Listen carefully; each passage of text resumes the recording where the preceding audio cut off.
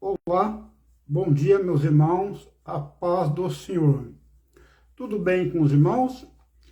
Meus irmãos, nesta manhã, pela graça do Senhor Jesus, eu vou ministrar sobre o dinheiro, money, real, euro, dólar. Vou ministrar sobre a moeda. Mas antes de mais nada, vou fazer uma breve oração para que o Senhor possa conduzir esse ensinamento, essa ministração. Amém? Que Deus, eterno Pai, Senhor, me coloca agora diante da tua presença nesta manhã, primeiramente para te agradecer, Pai amado Senhor, para o Senhor ter revigorado, Pai Senhor, as minhas energias, as minhas forças através do sono, para que eu possa, Pai, te glorificar através da minha vida, Pai, sendo útil neste mundo para poder te servir, Pai amado Senhor, usando o dinheiro que o Senhor me deu, usando a saúde que o Senhor me deu, usando os dons, os talentos que o Senhor me deu, os carismas, usando também, Pai amado Senhor, o tempo de forma sábia e prudente para te servir, Senhor. O meu dinheiro é para te servir, Pai amado Senhor, também o meu tempo é para te servir, Senhor, os meus dons, os meus talentos é para te servir, o alimento que eu como, Pai amado Senhor, é para dar saúde para o meu corpo, para te servir, a água que eu bebo, Senhor, é para te glorificar, dando saúde para mim poder te servir, Pai amado Senhor. Tudo que eu tenho, Pai amado Senhor, é consagrado para o Senhor. A minha vida, os meus dons, os meus talentos, o meu dinheiro, o meu tempo é valioso demais para me gastar com o entretenimento e coisas fúteis desse mundo, Pai amado Senhor. O meu dinheiro é para te servir, é para te glorificar, para que o teu nome venha ser glorificado e vida seja salvo. O meu tempo, o meu talento é para ver uma vida piedosa. A minha vida aqui nessa terra, Pai amado do Senhor, é para servir o próximo, Pai amado do Senhor. O meu dinheiro é para servir o próximo, o meu tempo é para servir o próximo, para te glorificar. Pai, eu te peço que o Senhor me leve a ter uma vida piedosa, Pai amado do Senhor, para servir o próximo, para servir o Senhor e servir o próximo. E não para ser usado para desejos egoístas, Pai amado do Senhor. Livre do amor ao dinheiro, de ver uma vida materialista, Pai amado do Senhor, mas que eu venha ver com contentamento, como o apóstolo Paulo diz em Filipenses 4,13. Posso todos naqueles que me fortalecem. Posso ter muito, posso ter pouco, posso ter saúde, não posso ter tudo e nada. Mas o Senhor me fortalece para poder te servir através da tua graça, Pai. Pai amado, Deus querido, também peço para o Senhor que eu nunca venha furtar, Pai, nunca me roubar. Ainda que não tenha nada, Pai amado do Senhor, me livre da inveja e da cobiça, Pai, que a cobiça é inveja, que eu não venha furtar, Pai amado do Senhor. Assim como o mendigo estava lá na porta do rico, lá na parábola do rico e Lázaro, em Lucas capítulo 16, o mendigo era pobre, não tinha nada, mas ele não roubou. Ele era pobre, mas não roubou. Ele preferia ficar ali, dependendo da misericórdia do rico lá, mas ele não roubou. Livre também de roubar também, Pai amado do Senhor. E ficar contente com o que você tem me dado, Pai amado. É o que eu te peço, te agradeço, Pai. Também oro também porque o Senhor venha me conduzir nessa meditação, nesse estudo, Espírito Santo. Também peço, ó Senhor Deus, que o Senhor venha refrear toda a força do mal, toda a força satânica, toda a força contrária à pregação da tua palavra, toda a força contrária ao avanço do teu reino, Pai amado do Senhor, toda a força contrária à tua obra, Pai amado do Senhor, de levar o evangelho, de pregar a ministração da tua palavra aqui nessa terra, aqui nessa casa, Pai Senhor. É o que te peço, em nome de Jesus. Abençoa meus irmãos também que estão essa live, essa administração, para agora, pelo nome que eu te peço, em nome de Jesus. Amém.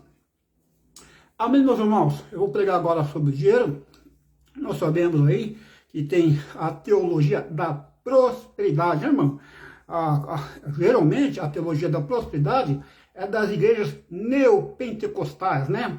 Não vou citar nomes nem liderança, porque eu acho que isso não é muito ético, né? Mas podemos dizer que muitas igrejas neopentecostais, tem um monte por aí, né? Qual que é a propaganda dela? Se você mora na favela, daqui a 6 meses você vai estar morando no Alphaville, ou seja, antes você morava na Alfavela. Daqui a 6 meses você vai morar no Alphaville. Qual a propaganda que eles fazem? Você só compra na 25 de março, está chegando o Natal, momento da presente, você só compra na 25 de março, daqui a 6 meses, você não vai comprar mais na 25 de março, você vai comprar só na Oscar Freire, lá em Pinheiro, só em Oscar Freire, que é a rua lá dos bacanas, né? Aí o pessoal, você tem um carro popular? Não se preocupe, venha com seu carro popular. Daqui a 6 meses você vai ter uma Lamborghini, uma Ferrari. porque o Senhor quer te abençoar com coisas materiais. Aí vai pegar o quê? Textos distorcidos, textos isolados, que está lá em Deuteronômio, capítulo 28, que aquelas bênçãos materiais lá, irmão, é para Israel. Por isso, quando o seu Josuinho pobre, nasceu numa manjedoura, e era pobre, era carpinteiro, né? Trabalho braçal, carpinteiro, pobre. E aí as pessoas ficou duvidando que é Jesus, né? Porque no Antigo Testamento a obediência tinha bênçãos materiais, tá? Você pode ir lá em Deuteronômio capítulo 28 e também Levítico 6. A obediência real garantia bênçãos materiais. As bênçãos materiais era a prova que Deus estava na vida do povo de Deus. Mas isso é no Velho Testamento para o povo de Israel, o judeu, tá? Tanto é que quando Jó foi provado ali, Jó perdeu todos os seus bens materiais. Jó era o homem mais rico da Palestina. O mais rico do que Jó. Tanto é que quando Jó perdeu todos os seus bens ali, na prova ali, para ver se o coração dele estava no dinheiro, e blasfemar contra Deus, aí os amigos dele pensaram que Jó estava em pecado. Ou seja, que ele desobedeceu a palavra de Deus, e por isso Deus mandou lá a pobreza para ele. Isso é uma das maldições daquele da aliança, ia ser pobreza. Então, a teologia da prosperidade, o que ele prega? Que se você faz as riquezas materiais vão te acompanhar, que você vai emprestar a muitos e vai pedir emprestado. Essa é uma das pregações da teologia da prosperidade, que emprestará muito, mas não pedir emprestado. Então, veja bem, as riquezas materiais eram para o povo judeu, povo de Israel, lá do tempo do Velho Testamento. Então, é que o Jó perdeu tudo, os amigos dele, são 3 amigos ali, eles acharam que Jó estava em pecado. Ó, Jó, você está em pecado, você mentiu para nós, Jó. Confessa o pecado aí, abandona o seu pecado. E não era, irmão, está sendo provável ali, tá vendo? Então tem esse detalhe aí, tá? Tanto é que também, quando o rico lá, Mateus capítulo 19 e Lucas 18, que fala aí que o rico perguntou o que eu preciso para ser salvo, ele conhecia lá os mandamentos, né? Tem os 10 mandamentos, o Senhor Jesus citou 6, ele conhece dentro de qual que os mandamentos era para quê? Favorecer o próximo. Eu conheço desde a mocidade. Daí Jesus falou assim, falta uma coisa, dá o seu dinheiro aos pobres e segue. Daí ele se afastou de Jesus, porque ele possuía muitas posses, né? Então não queria vender as posses dele e dar o dinheiro aos pobres. Daí Jesus falou, como é difícil um rico entrar no reino do céu, né? Por quê? Porque o coração dele estava no dinheiro, o amor ao dinheiro é o rei todo mal. Ou seja, foi aquela semente que foi semeada entre espinhos. Ou seja, a preocupação desse mundo, a ansiedade e as riquezas sufocam a semente, ela não frutifica. Aí por isso ele falou que é mais difícil um rico entrar no reino dos céus do que um camelo, é mais fácil um camelo passar por um da agulha do que um rico entrar no reino dos céus. Então, dessa maneira, quem pode ser salvo? Porque os discípulos tinham essa concepção. Porque o dinheiro era uma prova que a graça, que a bênção de Deus se alcançou aquela pessoa. Que aquela pessoa estava sendo obediente a Deus e por Deus se abençoado com pensamento atrás. Então, os discípulos tinham esse pensamento também. Que o dinheiro era um favor divino de Deus. Aí o que Jesus falou assim, para o homem é impossível, mas para Deus tudo é possível. Tá, irmãos? Então, nós somos salvos somente pelo Senhor Jesus. E que para o homem, para nós, é impossível ser salvo. Mas através de Jesus nós somos salvos, né, irmão? E tem ricos que vão ser salvos. Zaqueu era rico e foi salvo. Jesus falou, hoje minha salvação é esta casa. O José de Arimateia também era um homem rico e foi salvo. Então tem muitos ricos na vida aí, eles foram salvos. E tem muitos ricos também, bilionários aí, que vai herdar o reino dos céus, vão ser salvos. Por quê? Porque eles são ricos, mas o coração dele não está dinheiro. Abraão era um homem rico, tem lá no Testamento, Salomão era um homem rico, Davi era um homem rico, mas o coração desses homens ricos não estava no dinheiro. Agora o problema é você colocar o coração no dinheiro. É avareza, é ganância, que é um tipo de idolatria. Jesus falou assim, buscai primeiro o reino de Deus e a sua justiça e ademais não poder receber a dois senhores. Você não pode servir a Deus e ao dinheiro ao mesmo tempo. Tá? Então o dinheiro é um tipo de Deus, tá? Então temos que nos desapegar do dinheiro aí. Então essas teologias da prosperidade aí, né? Tem várias aí, tem um monte aí, tá enganando as pessoas. Nosso dinheiro também não, viu? Você está doente, vem cá, você vai ter saúde. Ó, a vida do apóstolo Paulo cai em total contradição com a vida da teologia prosperidade, tá? O apóstolo Paulo, antes de aceitar o chamado do Senhor Jesus, ele era rico. Depois que ele foi para Jesus, ele se tornou pobre. Tanto é que ele dependia do dinheiro das igrejas da Macedônia e também ele trabalhava para poder se sobreviver. Ele era advogado e foi esposo da família e trabalhava para sobreviver. Ele construía cabanas. Aí com peixe de arca lá, podemos ver isso daí. Então, ao contrário, ele passou por enfermidades, então lá, todos que não me fortalecem, posso ter pouco, posso ter muito, mas o Senhor me fortalece, tá? Então, vamos falar isso aí, né? Inclusive, que eu mais gostando um pouco. Então, a minha pregação também assim também, irmão. A pregação é céu e inferno. Minha pregação é vida eterna, tá? Você jamais vai pregar assim, ó, eu vou pregar sobre a chave do apartamento, a chave do carro zero quilômetro, a chave do automóvel. Você nunca viu pregar isso. Você só vai aprender a pregar céu e inferno. Eu só prego vida eterna ou condenação eterna. Só isso, tá, irmão? Longe de me pregar dinheiro, tá? Só prego céu e inferno. Então, quem quiser ouvir minhas pregações, fique sabendo que eu só vou pregar céu e inferno. E a minha pregação é: arrependam-se, pois, e convertei-vos, para que sejam apagados os vossos pecados, e venha assim o tempo do refrigério, tá? Minha pregação é essa daí. Pregar para a pessoa se arrepender dos pecados, receber o controle, para ser salvo. É somente, nós viemos para esse mundo e vamos voltar sem nada pro Senhor Jesus, tá? Vamos parar que esse negócio de amor e dinheiro aí. E, um detalhe também. Eu fui professor comunical assim, há uns anos atrás, né? Por anos atrás. E eu fiquei muito triste, até meio assim ofendido. Eu dava aula nos comunical e eu faço por amor, tá? Jamais penso em receber dinheiro em troca, tá? Receber benefícios materiais em troca pelo meu ensinamento. Então eu estava na aula comunical, o pastor gostava muito de mim, colocou para dar aula comunical, aí tinha um grupo de pessoas que ia lá acompanhar o ensinamento da comunical. Aí tinha uma senhora, e a escola dominical, ela começava 1 hora antes do culto, já para favorecer para os irmãos que vinham de longe, já ficar descansado e depois passar para o culto, né? Porque, segundo o que foi dito lá, eles vinham de longe, aí vinham 10 horas da manhã, ou 9 horas da manhã, para a escola dominical, aí voltar de novo para casa dele, ficar cansativo para vir de noite no culto. Então, o pastor, conversei com o pastor não, então foi o seguinte, vamos fazer assim, fica a escola dominical começa 1 hora antes de começar o culto, então as pessoas que vêm de longe, vêm para a escola dominical e terminou a escola dominical já fica para o culto. Aí tudo bem, aí acabou o culto, aliás, acabou a escola dominical, a EBD, aí tinha uma senhora que ela chegou para vir para o culto, já tinha encerrado a escola dominical, a senhora já chegou para ir para o culto.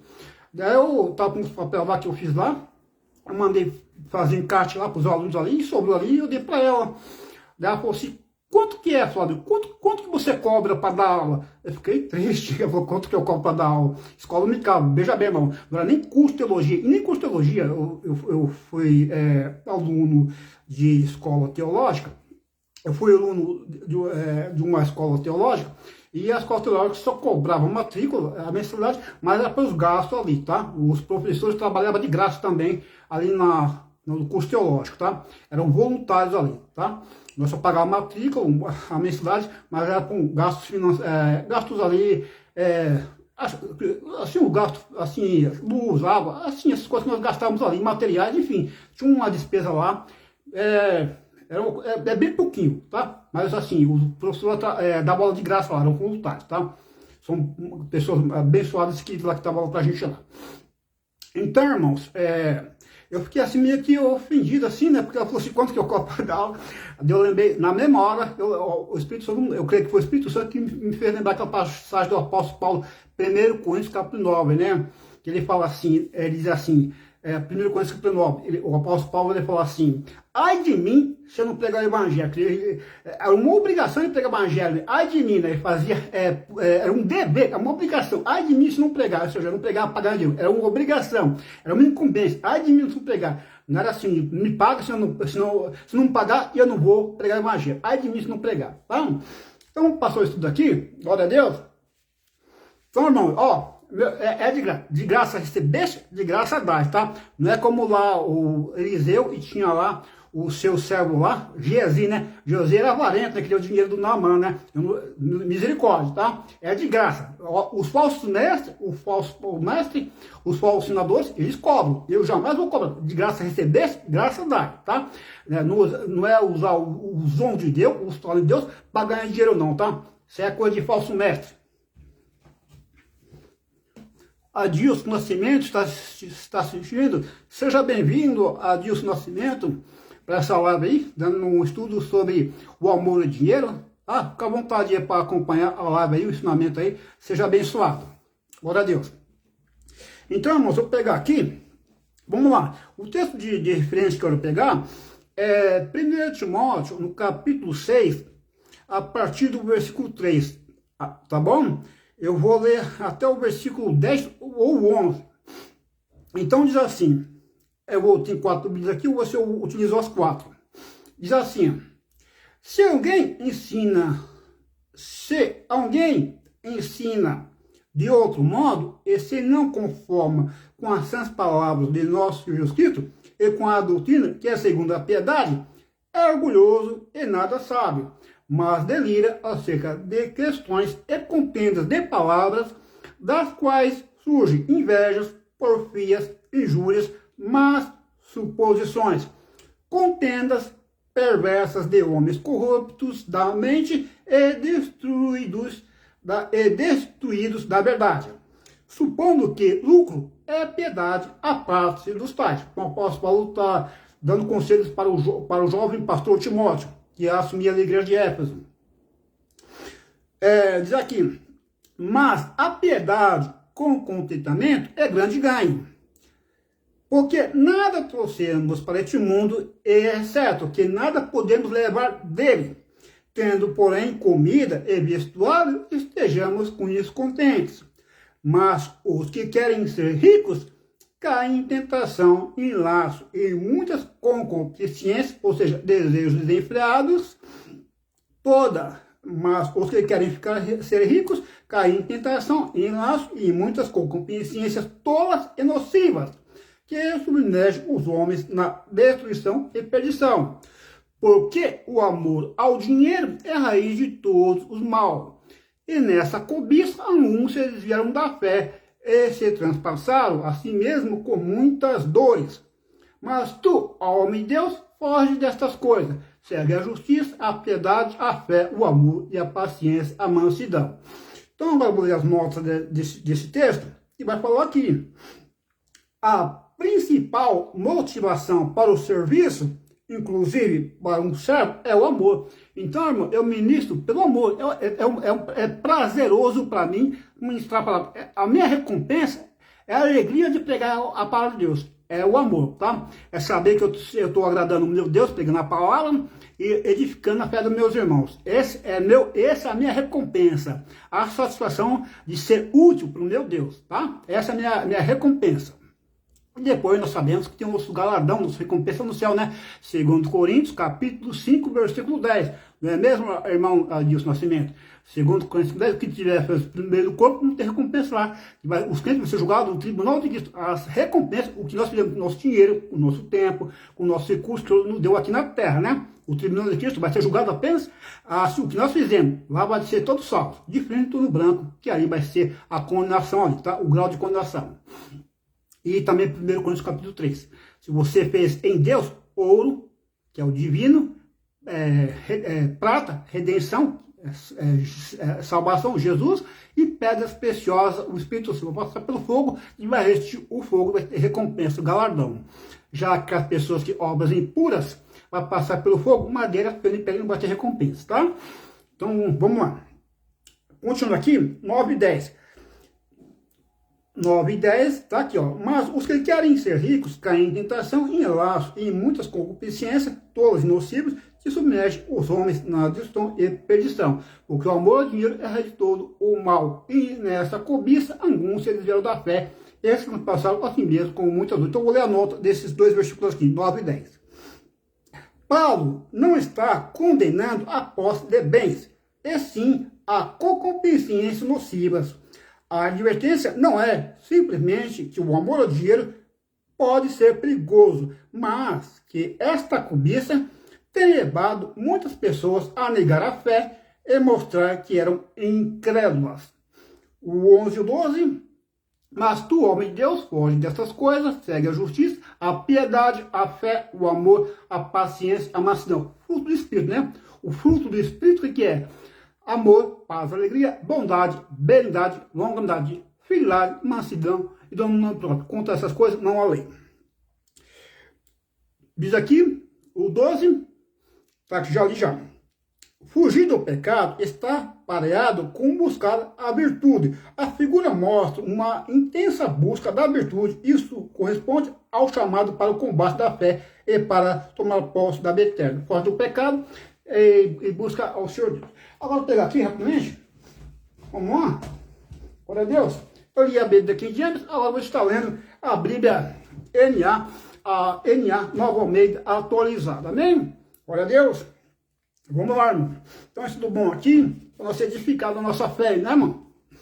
Diz aqui, os falsos mestres e o perigo da riqueza. Se alguém ensina outra doutrina e não concorda com as palavras de nosso Senhor Jesus Cristo e com o ensino segundo a piedade, esse é orgulhoso e não entende nada, mas tem um desejo doentio por discussões e brigas a respeito de palavras. É daí que nasce a inveja, a provocação, as difamações, as suspeitas malignas e as polêmicas sem fim da parte de pessoas cuja mente é pervertida e que estão privadas da verdade, supondo que a piedade é fonte de lucro. Se, de fato, grande fonte de lucro é a piedade com contentamento, porque nada trouxemos para o mundo e nem coisa alguma podemos levar dele. Tendo sustento e com que nos vestir, estejamos contentes. Mas os que querem ficar ricos caem em tentação, em armadilhas, em muitos desejos insensatos e nocivos, que levam as pessoas a se afundar na ruína e na perdição. Versículo 10.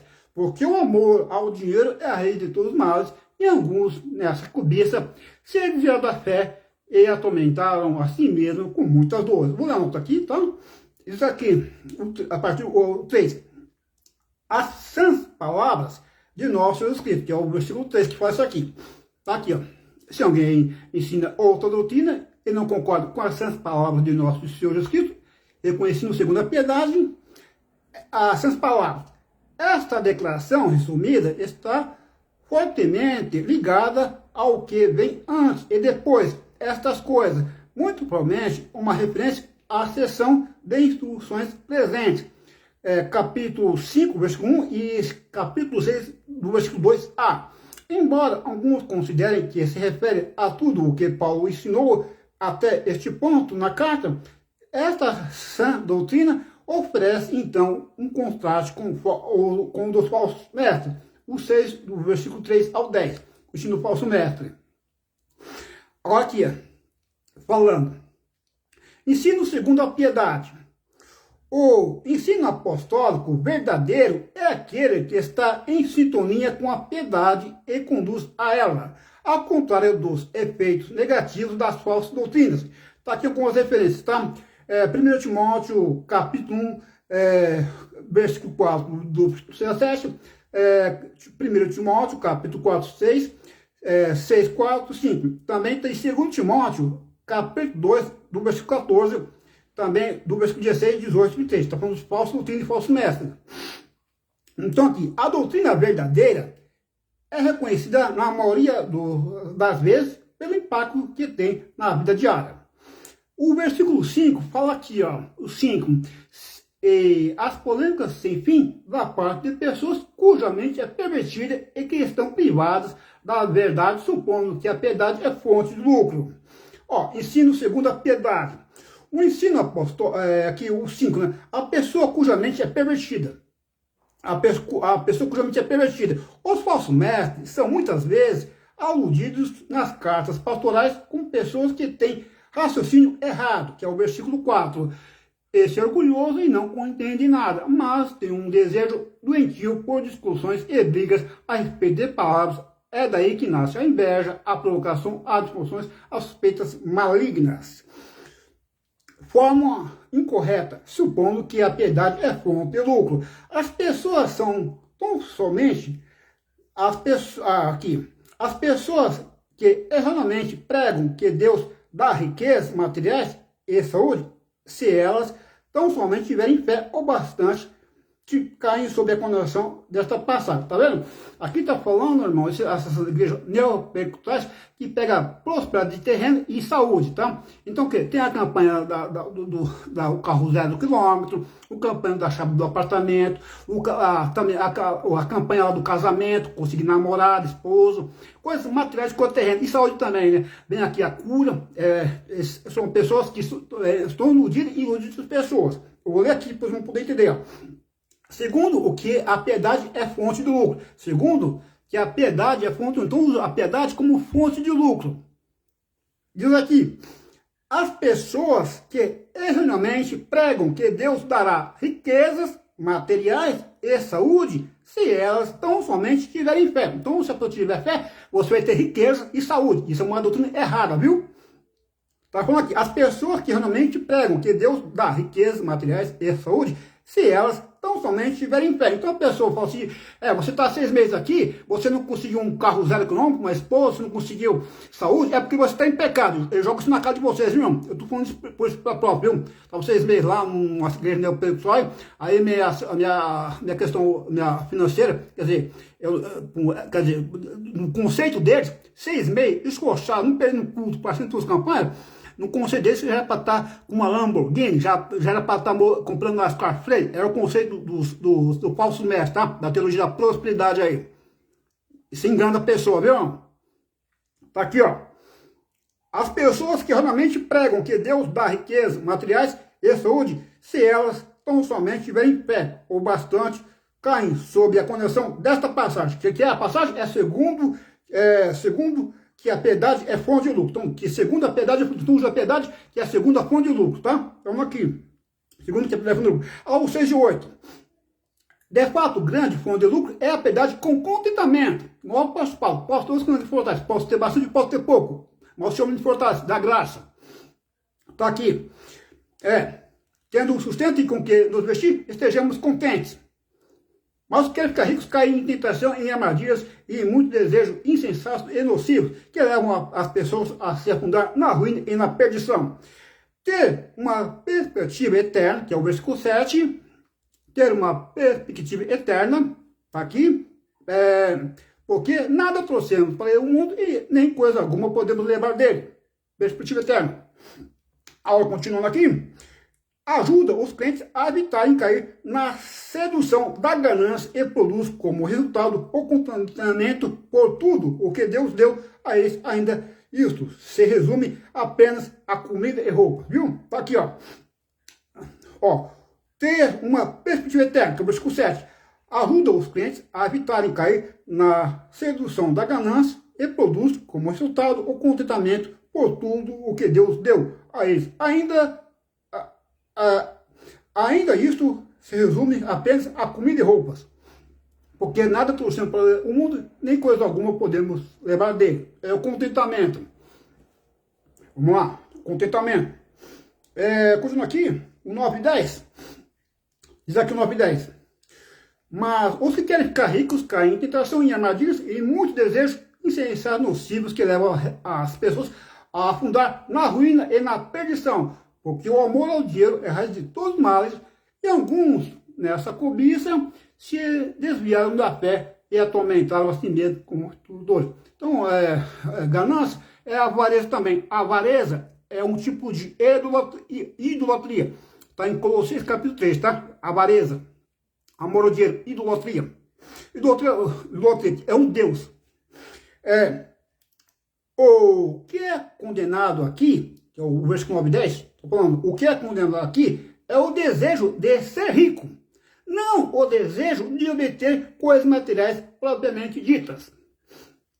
Quando são usadas corretamente para a glória de Deus, o desejo de ser rico leva a pessoa a cair em tentação. E isso, por sua vez, leva o amor ao dinheiro.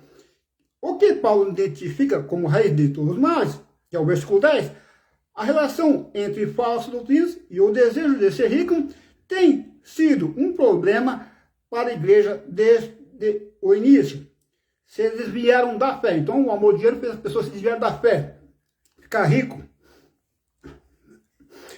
O alerta o alerta não é simplesmente que o amor ao dinheiro é prejudicial, mas que ele tem levado alguns a negar a fé, fazendo com que eles se revelassem ser, na verdade, descrentes. Que está aqui conforme 1,19. Vamos conforme 1,19? Conforme 1,19? 1,19, rapidamente, 1,19. Vai falar aqui, conforme 1,19. Aqui, ó. Mantendo a fé e a boa consciência, porque alguns, tendo rejeitado a boa consciência, vieram naufragar na fé. Por causa do amor ao dinheiro. Amém, irmão? Você aqui, meus irmãos, tem mais coisa aqui para falar? Aqui, eu já falei. Ó, o 11,16.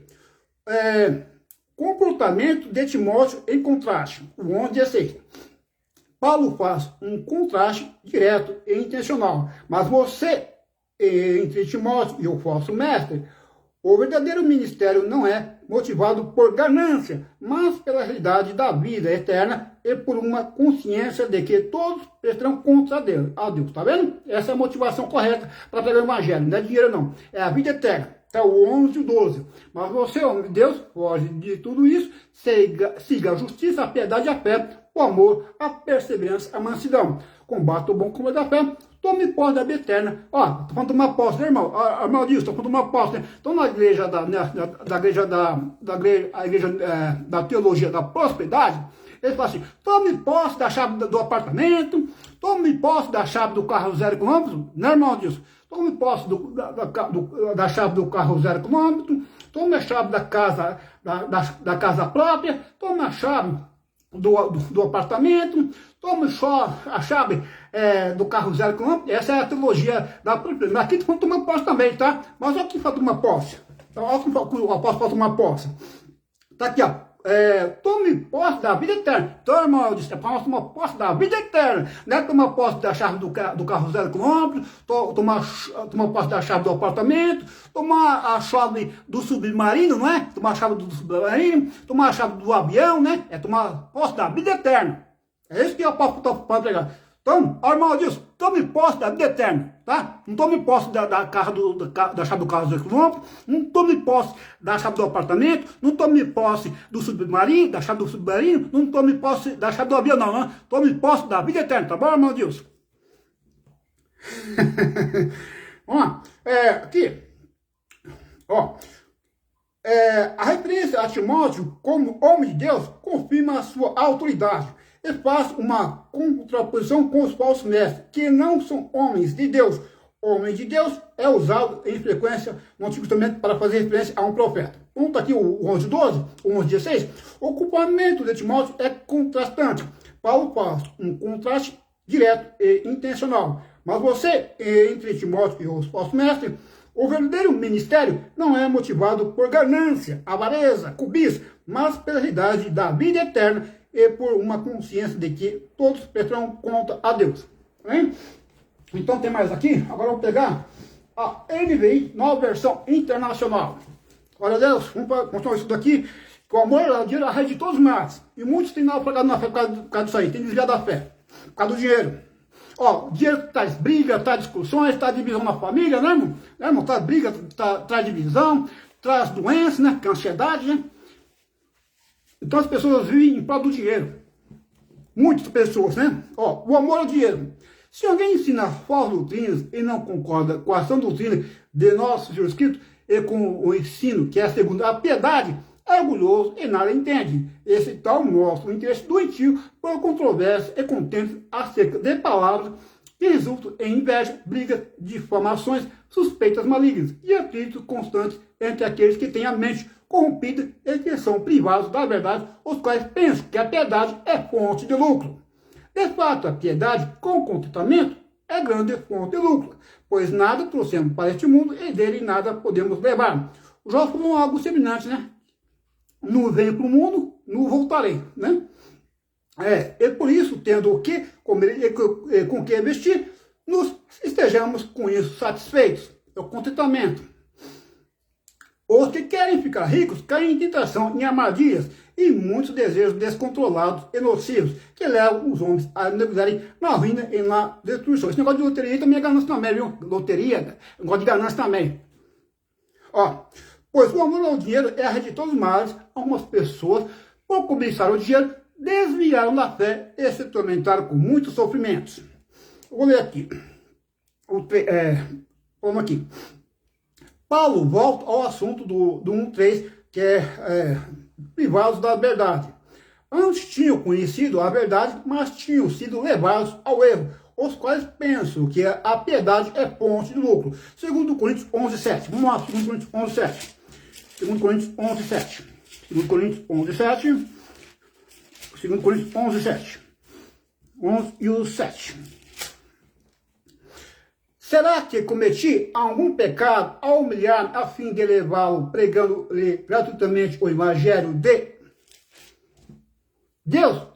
Então, quer dizer, o apóstolo Paulo falou aqui, que o apóstolo pregava de graça, e os falsos mestres cobravam dinheiro dos coríntios. É um contraste aqui. Olha aqui, ó, gratuitamente.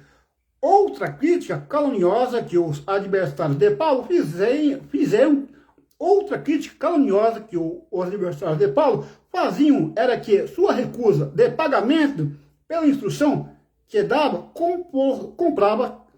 comprovava que não ter ela valor. Então o falso mestre dizia que pelo fato do apóstolo não cobrar para pregar, estava dizendo que o ensino do Paulo não tinha valor, porque não cobrava para pregar o evangelho, diferente disso que ele cobrava. É uma calúnia isso aí. Gratuitamente, outra crítica caluniosa que o adversário de Paulo faziam era que a sua recusa de pagamento pela instrução que dava comprovava não ter ela valor. Ao mesmo tempo, essa acusação servia de máscara do caráter cobiçoso deles, visto que seu método de operação, igual ao dos filósofos e mestres religiosos itinerários do século I, era exigir pagamento por seus serviços profissionais. Paulo, segundo diziam seus amigos, Paulo, segundo diziam seus inimigos, estava se rebaixando e cometendo um pecado ao quebrar a regra, segundo a qual um professor devia receber pagamento proporcional ao valor de sua regra. Então, os caluniadores do apóstolo Paulo estavam dizendo que o Paulo estava se rebaixando ao se recusar receber pagamento pelo dinheiro, que na filosofia eles cobravam. Vou mostrar aqui novamente. Outra crítica caluniosa que os adversários de Paulo faziam era que sua recusa de pagamento pela instrução que dava comprovava não ter ela valor. Ao mesmo tempo, essa recusa servia de máscara do caráter cobiçoso deles, visto que seu método de pregação, igual ao dos filósofos e mestres religiosos itinerantes do século I, era exigir pagamento por seus serviços profissionais. Paulo II, diziam seus inimigos, estava se rebaixando e cometendo um pecado ao quebrar a regra segundo a qual um professor devia receber pagamento profissional a valor de sua realização. Que calúnia. Agora, deixa eu pegar uma coisa aqui, irmãos, que eu achei muito bonito do apóstolo Paulo. O apóstolo Paulo faz a diferença, né, irmão? Dessa teologia da prosperidade aí. 1 Coríntios 9, obviamente, só pegar aqui, ó. Vou ler aqui, tá? Vou ler o texto aqui, ó. O direito de um apóstolo. Não sou livre, não sou apóstolo, não vi Jesus nosso Senhor, não são vocês resultado do meu trabalho no Senhor? Ainda que eu não seja apóstolo para o outro, certamente eu sou para vocês, pois vocês são o selo do meu apostolado no Senhor. Esta é a minha defesa diante daqueles que me julgam.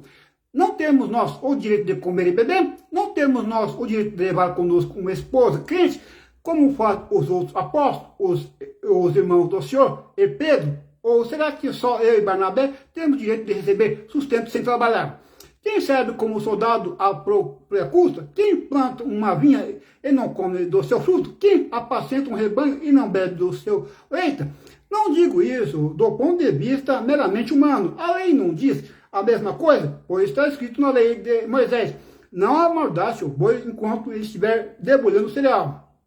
Por acaso é com bois que Deus está preocupado? Não é certamente por nossa causa que ele o diz? Isso, sim, isso foi escrito em nosso favor, porque o lavrador, quando ara, e o debulhador, quando debulha, devem fazê-lo na esperança de participar da colheita. Se entre vocês, se ambos coisas espirituais, seria demais colhermos de vocês as coisas materiais? Se outros têm direito de ser sustentados por vocês, não o temos nós ainda mais? Mas nós nunca usamos desse direito. Ao contrário, suportamos tudo para não colocar obstáculo algum ao Evangelho de Cristo. Vocês não sabem que aqueles que trabalham no templo, alimentando das coisas do templo, e os que se servem diante do altar, participam do que é oferecido no altar? Da mesma forma, o Senhor ordenou àqueles que pregam o Evangelho que vivem do Evangelho. Mas eu não tenho usado de nenhum desses direitos. Não estou escrevendo na esperança de que vocês façam isso por mim. Prefiro morrer a permitir que alguém me prive desse meu orgulho. Eu sei de pregar de graça. Contudo, quando prego o Evangelho, não posso me orgulhar, pois me imposta é a necessidade de pregar. Ai de mim se eu não pregar o Evangelho. Só isso aqui que eu passo para o irmão. Vamos continuar aqui o texto, para não fugir? Então tá aqui. Ó. Aqui, tome posse da vida eterna. Então, mal diz, tome posse da vida eterna, tá? Não é da chave da casa própria, do carro, da chave do carro zero, não, tá? Do automóvel, não. Tá aqui, ó. Tome posse da vida eterna. Timóteo tinha possuído a vida eterna desde quando fora salvo, no início. Mas Paulo o conclamava a reivindicar seus benefícios com plenitude. Tá aqui, 17, 19. Fez boa confissão, provável referência à confissão de fé de Timóteo, por ocasião do seu batismo na primeira viagem missionária de Paulo, que é Atos capítulo 16. Que agora, irmãos, vou pegar só aqui, para concluir. Só vou pegar aqui para concluir, abrir a aplicação pessoal, amém? Vamos lá? Ó, eis aqui, ó, exortações e conselhos gerais, conclusão. Se alguém ensina alguma doutrina, e se não conforma com as palavras de nosso Jesus Cristo e com a doutrina que é a segunda piedade, é soberbo e nada sabe, mas delira acerca de questões e contenda de palavras dos quais nasce inveja, porfias, blasfêmias, ruins suspeitas. Vou ler a nota daqui, tá? É do 3 em diante. Vamos lá. Ó. Paulo aconselhou Timóteo a ficar longe daqueles que queriam apenas ganhar dinheiro com a pregação e daqueles que transformavam o ensino do Evangelho em disputas que causavam contendas e dissensões na igreja. A boa compreensão dos pontos teológicos mais difíceis não deve servir de base para que alguém queira dominar outras pessoas ou ganhar dinheiro, a parte das pessoas que só querem discutir. Então, a pessoa tinha uma compreensão de um ensino teológico muito, muito difícil, então ele queria ser melhor do que queria ter autoridade sobre outras pessoas. Não podia isso aí, não. É que está falando aqui, ó. Ó, que está falando aqui, ó. Ó, aqui. A boa compreensão dos pontos teológicos mais difíceis não servir, a boa compreensão dos pontos teológicos mais difíceis não deve servir de base para que alguém queira dominar outra pessoa ou ganhar dinheiro. Afaste das pessoas que só querem discutir, debater. Agora o versículo 6, vou ler o versículo 6. Está aqui o 6. Mas é grande ganho a piedade com contentamento. Vou ler aqui. Apesar da opressiva evidência contrária, a maioria das pessoas ainda acredita que o dinheiro traz felicidade. As pessoas ricas que almejam uma riqueza ainda maior podem estar aprisionadas em um ciclo vicioso que somente termina em ruína e destruição. Como você pode se manter afastado do amor ao dinheiro? Paulo nos dá algumas diretrizes. Primeiro,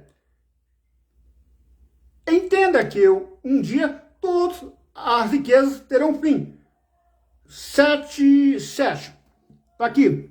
Porque nada trouxemos para este mundo, e manifesto é que nada podemos levar. Então um dia todas as riquezas terão fim. Primeiro ponto. Mas aqui, falando também o versículo 17. Está aqui o 17. Mas aos ricos deste mundo, que não manda aos ricos deste mundo, que não sejam altivos, nem ponham a esperança na incerteza das riquezas, mas em Deus, que abundantemente nos dá todas as coisas para elas gozarem. Então não coloca o coração no dinheiro, mas em Deus. Mas aqui, segundo ponto agora. Fique satisfeito com aquilo que possui, que é o versículo 8. Tendo, porém, sustento e com que nos cobrimos, estejamos com isso contentes. Então, fique contente com o que você possui. É para você não cair no amor de dinheiro. Mas aqui, vamos lá, mas aqui é o segundo ponto que eu li agora, o 3. Controle o que você está... 3. Não, 3, exatamente. Controle o que você está disposto a fazer para conseguir mais dinheiro. É o 9 e o 10. É para controlar. 9 e 10 está aqui. Mas os que querem ser ricos caem em tentação, em laços e muita consciência loucas e nocivas que submergem os homens à perdição e ruína. Porque o amor de dinheiro é a raiz de todo mal, a toda espécie de mal. E nessa cobiça, alguns se desviaram da fé e transpassaram a si mesmo com muitas dores. Que é essa parte que eu li agora aqui. Está falando aqui, controle o que você está disposto a fazer para conseguir mais dinheiro. Agora, se o 9 e 10, agora, o 4 ponto agora. Ame mais as pessoas do que o dinheiro. Então, ame mais as pessoas do que o dinheiro. É o 4 ponto, que é o versículo 11. Mas tu, homem de Deus, foge dessas coisas, segue a justiça, a piedade, a fé, a caridade, a paciência e a mansidão. Tá? Então, mais as pessoas do que o dinheiro. Ame mais as pessoas do que o dinheiro. Agora, o ponto 5 agora. O ponto 5. Ame mais a obra de Deus do que o dinheiro. Ame mais a obra de Deus do que o dinheiro, que é o versículo 11. Mas tu, homem de Deus, foge dessas coisas e segue a justiça, a piedade, a fé, a caridade, a paciência e o amor. O versículo 11. Agora o versículo 6. O ponto 6 agora. O ponto 6. Partilhe livremente o que você possui com as outras pessoas, que é o versículo 18. Partilhe o que você tem com outras pessoas. Versículo 18. 18 diz aqui: que façam o bem e que em boas obras repartam demoramente e sejam comunicados. Então, está aqui. O ponto 6. Vou novamente. Ponto 6. Partilhe livremente o que você possui com outras pessoas. Versículo 18. Que entesoure, que faça o bem, enriqueça em boas obras, repartam de boamente e sejam comunicados. Agora, vamos continuar aqui.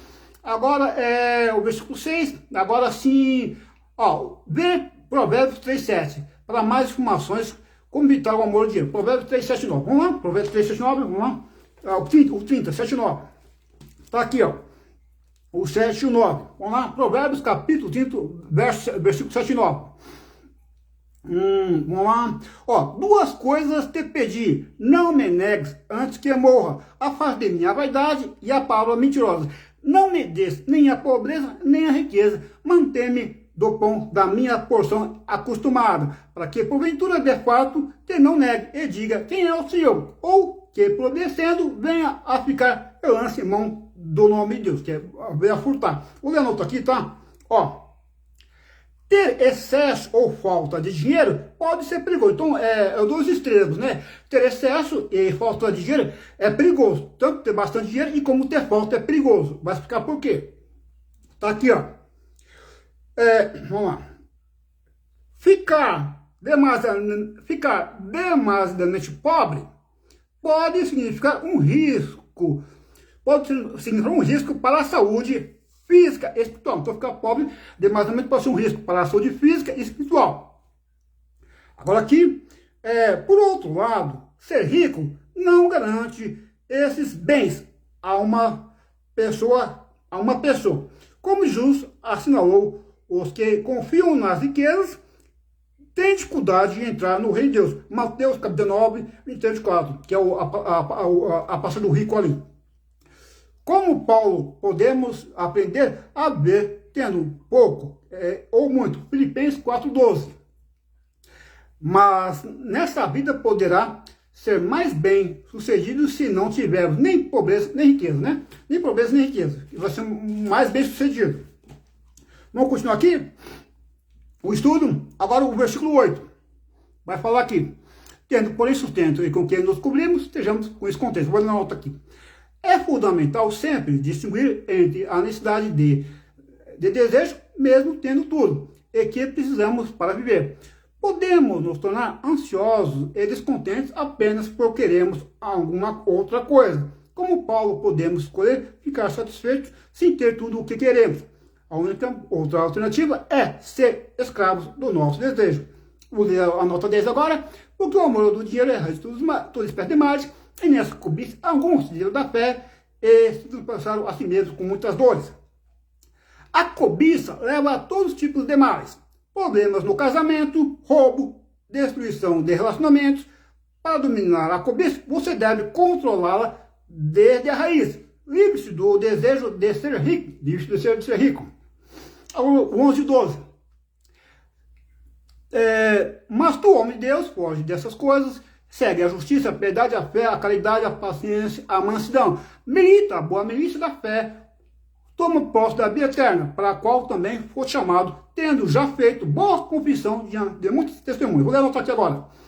Paulo usa verbos ativos e fortes para descrever a vida cristã. Foge, segue, milita, toma posse. Alguns pensam que o cristianismo é uma religião passiva, que defende um relacionamento de apenas esperar. Passivo, apenas esperar. Pelas ações de Deus. Vamos devagar aqui. Alguns pensam que o cristianismo é uma religião passiva que defende um posicionamento de apenas esperar pelas ações de Deus. Mas, ao contrário deste comportamento, devemos ter uma fé ativa, obedecendo a Deus com coragem e fazendo o que sabemos ser correto. Será este o seu momento de agir. Não espere, vá em frente. O que agir? Vai falar agora aqui, novamente. Agir é isso aqui, ó. Tá aqui, ó, o que é agir. Foge, segue, milita e toma posse, tá? Então, foge, segue, milita e toma posse. Seja ativo, não passivo. Amém? Eu li aqui, vamos orar agradecendo por esse do que nos deu, que é o amor de Deus, tudo mais, né, irmão? Então, nós temos que pregar o quê? Vida eterna, céu e inferno. Eu só prego só inferno, tá? Não prego, você nunca vai pregando, venha pra cá, você vai ter a chave do apartamento, você vai ter saúde, você vai ter... Antes você comprava na 24 de março, agora você vai comprar só no Free. Longe de mim isso aí, tá, irmão? Isso é coisa de falso mestre. Pessoas gananciosas. Muito obrigado, irmão Adilson Nascimento, por ter participado do ensinamento aqui, desse estudo. Muito obrigado. Enriqueceu aqui a aula, aqui, a sua presença aqui. Muito obrigado, seja abençoado. Vamos estar orando ao Senhor, agradecendo por essa palavra que o Senhor me deu, que o amor é rei de todos os males, né? Tendo que comer e vestir, estejamos por isso contentes, satisfeitos. Então, contentamento. Está lá em Filipenses, né? 4:13. Posso todas as coisas naquele fortalece. Posso ter muito e não posso ter nada, né? Mas o Senhor nos fortalece. É a graça, né? A minha graça é tudo que você precisa, né? É o suficiente, né? Está lá em 1 Coríntios capítulo 12 também, o versículo 9. Paulo falou, Senhor, tira isso da minha casa. A minha graça é suficiente para você. É tudo que você precisa. Amém? Vamos agradecer o nosso Deus aí, o Deus que dá saúde pra gente, né? Para servir a Ele. Tudo que nós temos é para servir Ele. Vamos estar orando, agradecendo ao Senhor Deus. Querido Deus, eterno Pai, Senhor, muito obrigado por esse estudo que o Senhor me deu, Pai amado do Senhor, nos alertando, Pai, que o amor e o dinheiro é a raiz dos males, Pai amado do Senhor, e possamos estar contentes, Pai, que o Senhor nos tem dado, Pai amado do Senhor, que é a vida, Pai amado. Nós viemos para esse mundo sem nada, viemos nu, Pai, para esse mundo aqui, nu, pelado, Pai, sem nada desse mundo, e vamos voltar sem nada também, Pai amado. Os homens mais ricos desse mundo aqui, eles vieram sem nada, conquistaram muitas coisas, mas quando eles passam, vai embora sem nada. Eclesiastes, o livro de Eclesiastes fala da tristeza segundo o mundo, quer dizer, o homem ele está triste porque ele vai perder tudo, vai perder as mulheres, as posses, o dinheiro, vai perder tudo. Então é a tristeza segundo o mundo.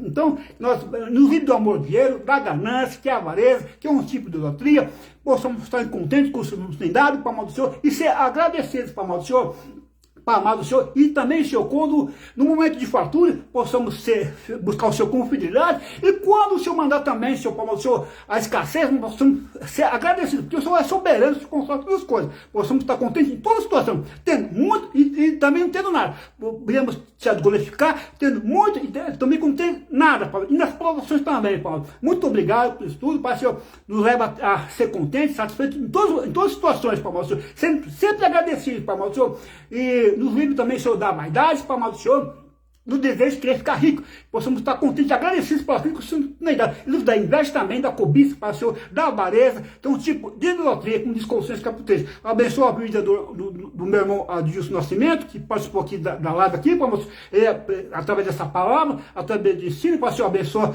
a vida familiar dele, o pastor dele, a igreja dele, Pai amado Senhor, que está representando a família dele, o pastor dele, a igreja dele, abençoa a todos eles, para agora o teu nome, Senhor, abençoa a minha vida também, e nos mantenha um dia na tua presença e comunhão com a tua palavra, sendo agradecidos, Pai. Muito obrigado pelo ensinamento, e fica conosco, é o que eu te peço, em nome de Jesus, amém.